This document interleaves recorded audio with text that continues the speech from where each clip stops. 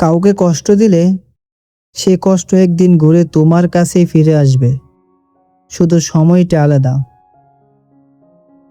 কেউ কাউকে ভুলে যায় না, শুধু প্রয়োজন ফুরালে সম্পর্কটা নিঃশব্দে শেষ হয়ে যায়।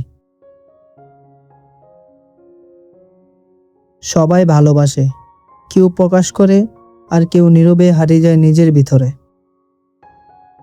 ভুলটা আমারই ছিল, কারণ স্বপ্নটা আমি একাই দেখে গিয়েছিলাম। বারবার চোখের পানি মোছানোর চেয়ে